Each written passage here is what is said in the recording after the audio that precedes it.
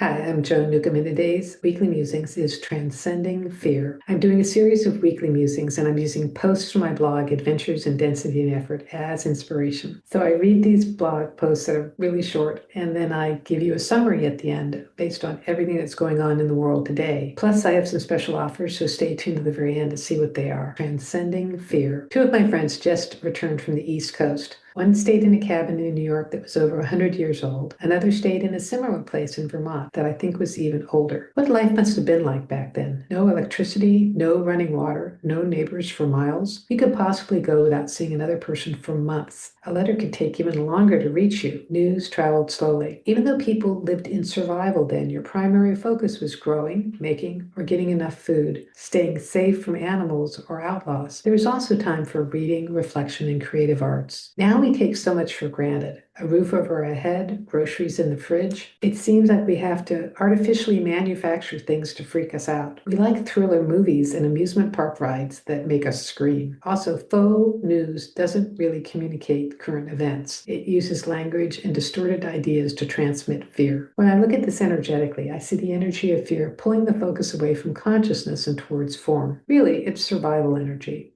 It looks like the original intent is to remind folks to take care of physical needs, to not get so caught up in prayer and meditation, two things that connect you to spirit consciousness, that you forget to eat and sleep. It's distorted now in that it disconnects you from your higher awareness so that you're running in circles thinking you're going to die. The irony is that disconnected from spirit, you do feel like you're dying. When spirit leaves the body, what happens to body? With the energy of survival moving into form, towards density, and the energy of consciousness moving towards source, it may seem like it's complex, but in actuality, it's harmony. Breathing in, breathing out, moving in, moving up, except it's happening simultaneously, kind of like the circular breathing needed for bagpipes or didgeridoos. When we go through growth periods, it can feel like we're dying. We are expanding in our awareness. We are growing as consciousness, but our limitations are disintegrating. Aspects of our personality are passing away. As we are gaining an expansiveness, we can still stay connected to our bodies. We can assure them with comfort and affection. We can give them naps, bubble baths, chocolate. We are not abandoning the physical realm. We are taking our body personality vehicles along with us in this adventure. Perhaps fear isn't to be transcended, but transmuted. The energy of survival can produce creativity and abundance. Embrace it. Take ownership of it. Navigate its white water with the seniority and skills of the magnificent, all-knowing, conscious being that you are. Try this for a week and see what happens. And leave me a comment below if you do. I'd love to read your comments. There's so much that applies to what's going on in the world today. I just wanted to make a brief comment at the beginning. I kind of chuckled inside when I read about the East Coast, and one person stayed in a cabin in New York that was over 100 years old. New York's one of the original colonies. When I was helping my brother and sister-in-law, they have a house in Long Island, and their places out on Long Island that are from 1640. Been people there for much more than 100 years. But from the perspective of being here in the Northwest, 100 years is really old. There were white people on this island in 1860. It was still a wild wilderness. And the other thing I was reflecting on is how the past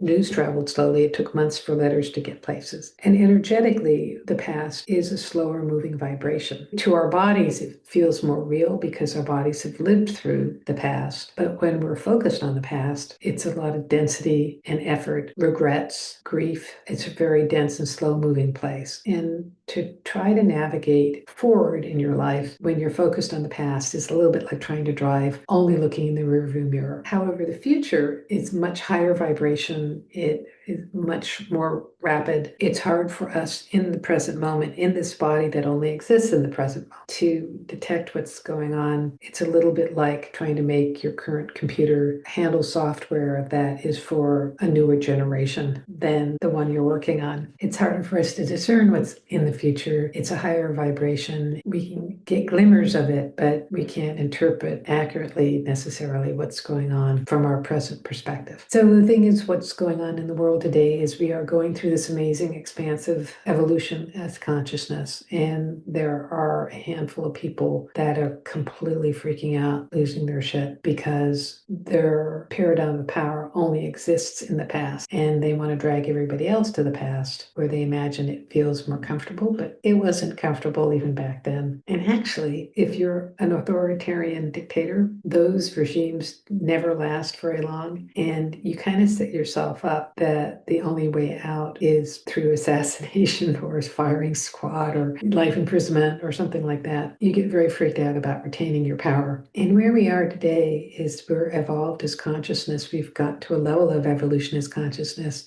where we're all feeling individually empowered. That makes us not tolerant of people who want to disempower anyone, who want to take the rights away from anyone, because we're both individually empowered and we feel collectively empowered. So there's a power in the collectiveness of all of us. But our bodies are still, physical on this earth animals and can be easily freaked out if we're not present in our bodies to reassure them that there is somebody driving the bus. So besides the taking ownership of your body and transmuting it, the thing I'd invite you to do is also embody yourself as consciousness. There are two key areas you can imagine having a focal point. One is in the lower part of your body. So just let a focal point of consciousness be in the lower part of your body, and you can let that expand if you want and feel the clarity of that expansion. It's a little bit like owning the engine of your vehicle. And then the next place is in the center of your head, and let there be a focal point in the center of your head and just let that awareness expand. And as I'm doing that now, I can feel myself becoming more emotionally regulated. I can feel myself being more balanced.